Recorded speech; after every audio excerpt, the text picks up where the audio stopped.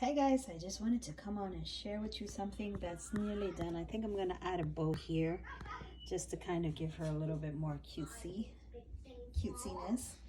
So this is another basket creation, and unfortunately there's no place bright to put her.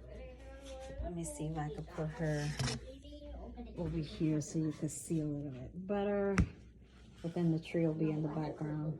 So yeah, so I'm gonna add definitely a little bow here, but she is my cutest creation yet, and she is huge, and she has legs, so you could have her like off the edge like this, or you could put her with her feet up in the air like so.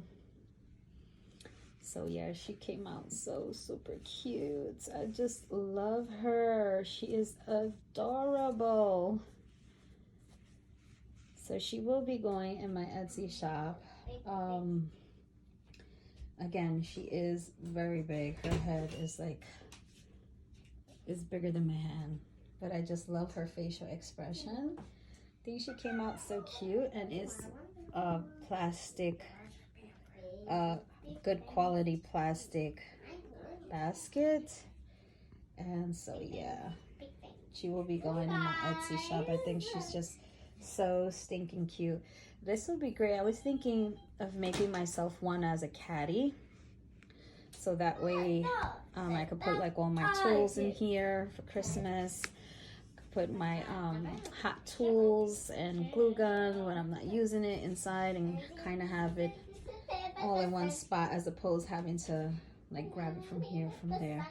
I haven't added the what do you call this, the rickrack, the frosting on her hands. I'm not sure if I will, because I think it kind of takes away from her little thumb.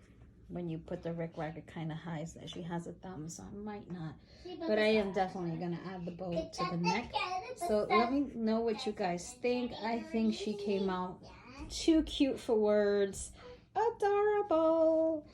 Let's peek under her dress. Ooh, ooh.